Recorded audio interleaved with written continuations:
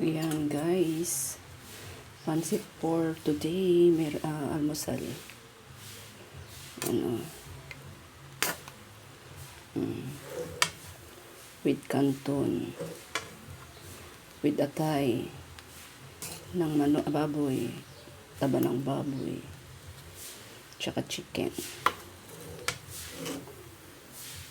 Natakam ako guys, kumain ng ng pancit. Kasi nung Pasko New Year hindi ako kumain. Parang nasuya. Tapos ngayon natatakam ako ng salad.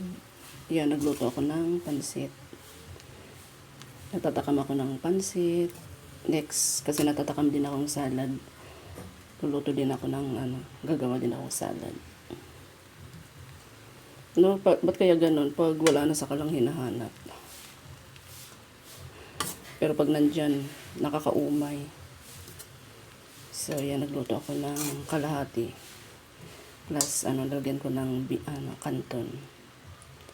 Ayan, ito ang aming almusal ngayon, guys. Let's eat. Thank you for watching. God bless.